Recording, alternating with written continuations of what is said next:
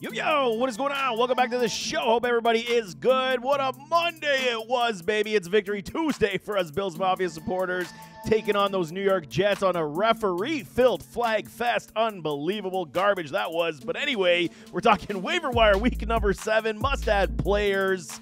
Because, okay, there's a lot of situation, man. It was like the apocalypse of injuries this past week. Everybody went down, man. We lost some big talent, lost a lot of points on the board, and we got to recoup and restock our benches immediately because we got to keep going and grinding. On the bye week this week, those Chicago Bears and the Dallas Cowboys. The Bears going in from a win, and the Cowboys are definitely licking their wounds. Let's talk these running backs on the board. First one is Tyrone Tracy Jr., and I mean, okay, if Devin Singletary gets like 2 new legs and it increases his speed, I don't care. Continue to feed Tracy the football because this guy is the deal that you require to give them some more speed. 42 points. He is 56% owned right now. Usually I don't go over that 50% threshold, but if he is still in your leagues, highly doubtful in competitive leagues, but if he still is there, you're going to have to pay the premium, and I would still continue to do it. Even if Devin does come back, he's earned more than enough touches to keep his role at least for the time being. Kamani Vidal for the Los Angeles Chargers. Okay, Austin Eckler 2.0 in his house because this is what they're looking for. J.K. Dobbins and Gus Edwards was supposed to be the show. Gus the Bus was supposed to take on those goal line touches, short yardage. He's been sent to IR. Now they have this 1-2 punch where Vidal can be. He's a great pass catcher like you saw with that fabulous over-the-shoulder grab, but he is very capable in the running upside as well. So they could form a nice 1-2 tandem here in LA, and we know that Coach Harbaugh loves to run the football like he did at Michigan, and it continues. 12.1 points in his first NFL showing. Vidal is definitely one of these guys, especially with Gus out for the next 4 games. You can absolutely ride with a Vidal, potentially starting him in your flex. Sean Tucker, my dude, if you guys have followed me for a long time, I've been a huge Tucker fan. I was absolutely pissed when he got undrafted because that heart issue they found, pre-draft process. Okay, and what have I been saying to y'all this entire season and off season? I'm a fan of Rachaad White, but he's something lacking when it comes to burst behind the line of scrimmage. That's why they got themselves a Bucky Irving to give them some more explosiveness. When Rachaad White is in the open field, he makes a lot of passes or catches, and he can make plays because his yak is that good. It's very strange. He's like a James White on drugs when he is in the open field, but I do believe that you got to roll with Sean Tucker if you're Tampa Bay. You have to utilize this man. Look what he was there. 35 points, man, in his contest. Was the running back 1 this past week, basically, in all of fantasy football. We don't know the status on Rachaad White at this point, so the pickup could be moot, but he is so good, and I would rather get in early just in case they decide to give him more touches as the season does roll on. Sean Tucker is a good one, especially with a Bucky Irving. Ty Chandler on the board, 35% owned. And this one's a hedge bet based on the fact of Aaron Jones' health. We don't know at this point if he will play. He was week to week going into the bye on the shoulder, so he is your definite handcuff. Potential plug and play this week if an Aaron Jones does not sit. So absolutely, he needs to be a priority for your waiver wire. Isaiah Guerrero, for these 49ers. Okay, we'll see what happens with Jordan Mason as well. He tweaked his AC joint on Thursday Night Football, had the extra couple days of rest, so we'll see if Guerrero, he's a good running back as well. He's got a lot of ability, but anybody can run in this Kyle Shanahan offense, and Guerrero does have some abilities. He's got a lot of juice and speed. He would be the next man up to fill in, so if you're a Mason owner especially, get in on Guerrero because he will likely take the lion's share of the touches. Tyler Algier, okay, he just will not go away. Bijan owners, at least we got the boom right on Bijan. If it wasn't going to have a breakout game versus the Panthers, I don't know what the hell we would do at this point, but Algier also eats as the game was wearing down, saved Bijan, didn't necessarily need him, but Algier was running extremely well, over 100 yards, found the end zone as well. He just needs to be owned at this point. Whether or not we can play him week to week, we got to look at the matchups, but at this point, Algier at 40% definitely needs to be on your roster. Jaylen Warren comes back from his injury. Okay, it wasn't necessarily his best showing, but I mean, getting his football legs back after dealing with that injury all off season and then continuing into week number 6, it was a long stretch for him to come back. So he will eventually start to split touches with a Najee. I mean, the matchup for Najee was great. Called that as a boom as well, thinking he would have a big day. He did, which was great for us. But again, Jaylen Warren definitely has to be in consideration. I'm not rushing to the wire to grab him, but definitely into consideration. Ray Davis for the Buffalo Bills. James Cook, a late last-minute inactive, and Ray Davis takes the ball. A lot of people thought it was Ty Johnson. He started the game, and then they gave the reins to a Ray Davis. He looked fabulous, man. Even though he's kind of bite-sized on the lower end for NFL talent and players, he's got so much strength in those legs, man. He just continues to push. His legs continue to move like we saw in Kentucky. He is a good quality back. Great handcuff for a James Cook. Dearness Johnson now with Travis Etienne. He is dealing with a hammy. He is week to week. As per Coach Peterson, he would be the next man up to back up a Tank Bigsby at this point. I mean, I don't know how much I want to invest in the Jacksonville Jaguars at this point, but if you're really struggling for running backs, he definitely is there. Likewise with a chestnut from the Tennessee Titans, Tajay Spears goes down with an injury as well, so we got a hedge bet on that one. If you were using a Tajay, even though Tony Pollard is running extremely well, likely going to get majority lion's share of the touches, Chestnut should be that spell back if you are in a pinch. Blake Corum and Trey Benson, these guys are premier handcuffs right now, 110%. I told y'all last week, Benson at least got on the field this week. Blake Corum coming off the bye. He did get some sprinkles before they went into the bye, but now is the time. I am not even playing with y'all. If you are struggling in any sense to roster any healthy players, you got to get these guys right now. So far, James Conner's been healthy. So far, Kyron Williams been healthy. Hopefully, that does continue because we do not cheer for injuries, but you got to back yourselves up. Kyron owners and James Conner owners, get these guys on your roster because anything can happen week to week like you see, and you'll get instant volume upside for running back one talent in a Corum and a Trey Benson. Quarterback time. It's getting a little skimpy out here for quarterbacks, especially if you're streaming, but the rooks are starting to pick up steam, and I do love it quite a bit. Trevor Lawrence, okay, even though the Jags are playing piss-poor football right now, looking absolutely in disarray. Sunshine, Trevor Lawrence does not look great overall to win, but at least he's still supporting us fantasy-wise. Over 20 points this past week, 44% owned. We could do a lot worse than Trevor Lawrence. He's giving us a decent floor anywhere from 15 to 20. You can take that to the bank all day long. Don't expect a full blow-up week to week, but at least the floor is extremely safe to get you those points where the rest of your team can build up the totals in the aggregate if you do get a Trevor Lawrence. Aaron Rodgers coming off the loss to my Buffalo Bills. He looked much better in this offense this week, even though the Bills came with the bum rush on him. 46% ownership rate, almost 90 points as well. Still, that Jets team is broken with the coaching change of a Robert Saleh. Did not look even remotely better or worse. It was basically the same. So Aaron Rodgers, to me, still very much fantasy viable. If you are streaming quarterbacks, he is likely out there for you to pick up and stream. Matthew Stafford coming off the bye week. I do like this one because they will get Cooper Kupp back potentially this week, if not the week after. Likewise with a Puka Nacua, and then that means that Matthew Stafford's numbers should start to increase as well. They have been rolling a little bit offensively with a Kyron, but the pass game and pass upside has gone down for Stafford. I fully expect that to increase, so we'll see if Cooper Kupp does suit up this week. I think we could absolutely stream a Matthew Stafford. Rookie time, Bo Nix. This guy's giving us some point totals, man. Almost at 100 points, 20% owned right now, 94.3. It's not exciting. It's not dynamic, but at least he's moving the football. He's got rushing upside, and he's able to at least produce and give us some point totals. Almost 100 points on your waiver at 20% is not terrible for a quarterback, and you can absolutely snag him and play him on good matchups, not necessarily great defenses. I would look to the matchups if I am going to look at a Bo Nix. Drake May, my dude. I mean, go back to all my scouting reports. There is a playlist in there as well. Got all the rookies covered from years past, even if you want to see how I dissect and scout these players.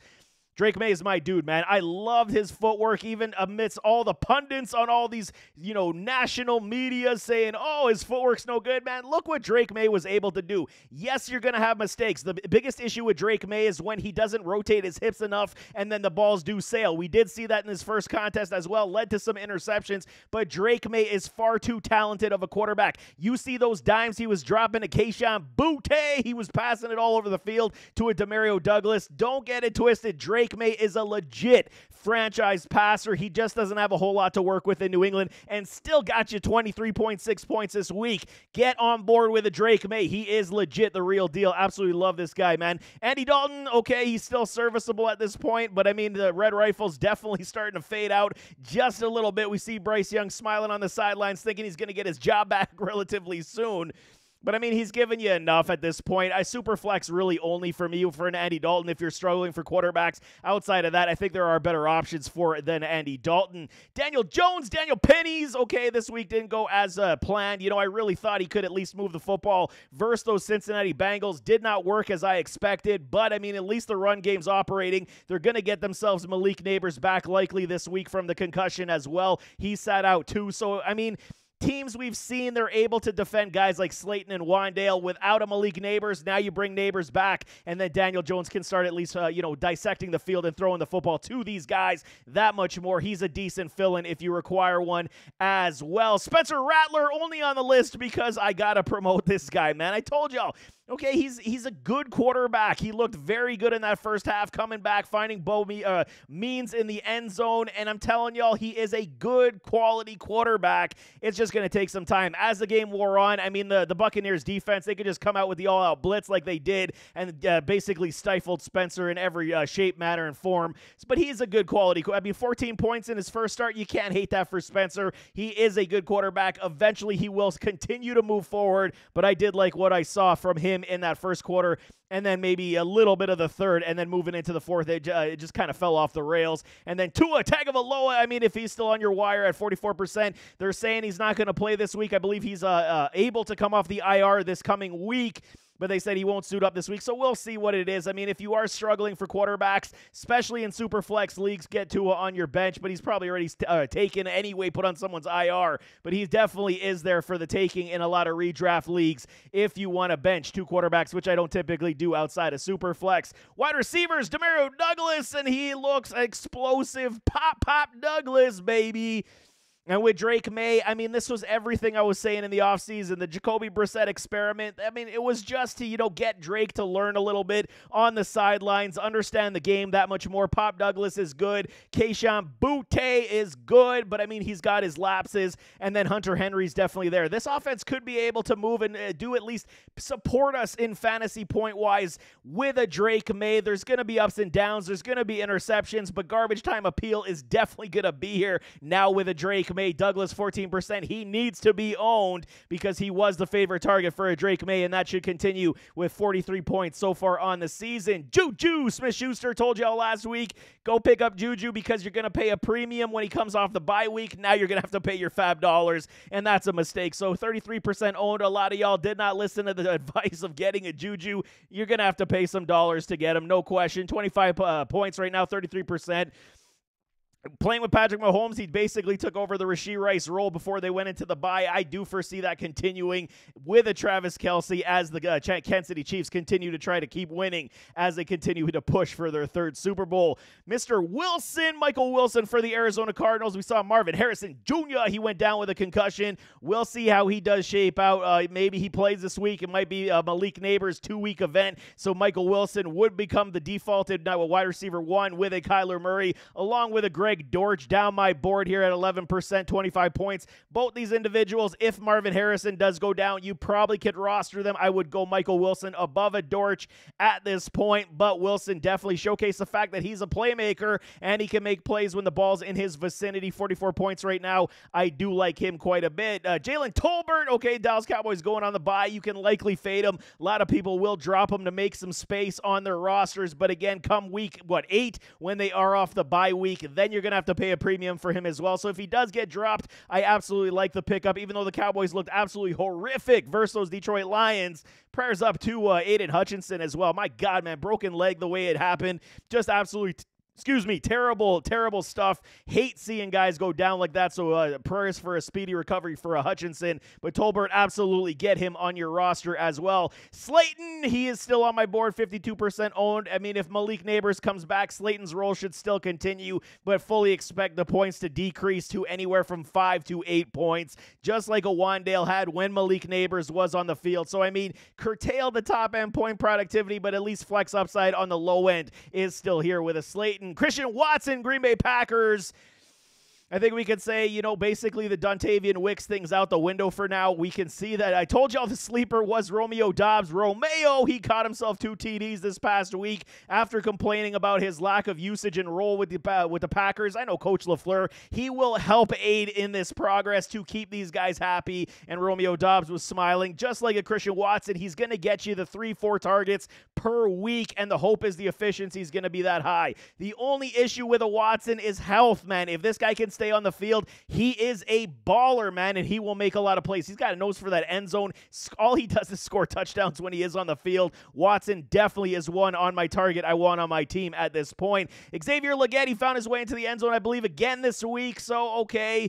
Back on my radar, but again, the usage needs to be a little higher for me to trust. The target share wasn't abundant like I was hoping. Deontay had himself a fabulous contest, but Legette definitely has still earned a place to be rostered on our bench at this point. Rashad Bateman claws back to life, almost 50 points, 17% owned. It's just... it feels like there's not enough to go around, but he's giving you the 7, 8, 12 points per week at this point. So now you're back on my radar. I had him as one of my breakout or bust this offseason, and I'm rooting for him. Back from Minnesota, loved his game when he was playing in college. It just hasn't panned out to the top-end levels that we hope. Maybe it starts to pick up steam now that Flowers and Derrick Henry continue to roll. Bateman definitely does have flex appeal for us as well. Gabe Davis finds his way back on my board only because of a good showing. I'm not necessarily trusting at this point. I think you could do a lot better with all these other wide receivers that I have listed, but Gabe Davis definitely earns at least a spot back on my board. Noah Brown. If the commies can figure out who they want to be as their secondary wide receiver, I do believe it should be Noah Brown. Again, the 7, 8 points is kind of your floor right now. Noah is a good talent. We saw what he was able to do with C.J. Stroud and the Houston Texans last year. If Jaden Daniels can find him on the regular, this will be absolutely pluses for guys like Terry McLaurin and Zach Ertz. I love Noah Brown's game. He definitely is on my watch list, continuing to be 3% owned. But I mean, at this point, he is definitely warranted to be on that watch list. And Bo Means was a favorite target of a Spencer Rattler. He's right now on my watch list, as well as the Saints continue to look for that secondary third, I guess you could say the third secondary wide receiver if that makes any sense, because it is Olave, it is Shaheed. Olave went down with a concussion. Maybe he doesn't suit up this week as well, and if that's the case, Bo Means, again, will have a role. He scored himself a touchdown with a Spencer Rattler this past week. Concluding with tight ends, Coley Parkinson, still on my board. He does you more than enough in this Rams offense, especially if Cooper Kupp does come back. Yes, we'll see his target shares curtailed, but at least he's able to be more consistent than a lot of these tight ends with a Matthew Stafford. Stafford always loves his tight ends for checkdowns and chain moving with red zone appeal. So as long as Parkinson continues his play, hopefully they start utilizing him in the red zone that much more. 23% owned. He was dropped a lot for everybody that went on the bye week this week. Hunter Henry back to life, and I think this absolutely changes the perspective of this New England Patriots. Like I'm saying, Hunter Henry, Pop Douglas, Drake May all now get up on my board, because Drake is at least going to give you the stuff you provide in garbage time productivity. Does not matter when we get the points. As long as we get the points, Hunter Henry is now once again a viable tight end target. Zach Ertz continues to be the staple of consistency week in, week out, giving you the 5 to 8 points. And again, with the crapshoot that tight ends, this is like a broken record. I say it every week. We're just clawing and scraping to get points where we can find them. Zach Ertz, you could definitely do a lot worse than him. Cade Otton finds his way to at least good relevance and a touchdown this week, as well as the Buccaneers blew out the Saints in that second half. As they continue, Mike Evans did go down with that injury. I don't think he came back, if I'm not mistaken. Check me on that one as well. I forget if he did or not, but Otton's role will increase if injuries do continue to happen. But outside of that, once they roster a full roster, it's going to be less targets, but at least he's making the most of them. Otton definitely is on the radar. Calcaterra for these Philadelphia Eagles now with a Dallas Goedert on the injury report. Don't know how severe it is at this point, so keep him on your watch list as well. Got yourself 16.3 points so far on the season, and we know these Eagles love to utilize the tight end position, and Calcaterra is definitely one. It's a high risk, high reward at this point. Will they, pull back the tight end targets because of him and not a Dallas Goedert? Absolutely could happen, but I do like the fact that in this offense, they utilize the tight end quite a bit. Ty Conklin, fill-in tight end, just like a Jonnu Smith, fill-in tight end on matchup play at this point. Trust a Conklin over a Jonnu at this point because of the backup quarterback. Huntley at least found a Jonnu before they went into the bye week, that much more to make it look respectable. So for me, it would be Jonnu on matchup over a Conklin because we see where Aaron Rodgers is going with that football to his wide receivers. And then Theo Johnson, just not enough. He continues to be on my watch list for these New York Giants. But there you have it. That is week number 7. Waiver wire must have players. We got to continue to stock these cupboards, man. Get those running backs. You know what I'm talking about because injuries continue to happen, and the running backs are A1 priority. We can fill in wide receivers easier than we can with backs, so stack your roster with these backs as much as humanly possible. But nevertheless, as always, don't forget to hit that like button, hit that subscribe button, jump in those comments, give me your thoughts, and we'll see you next time. I am out.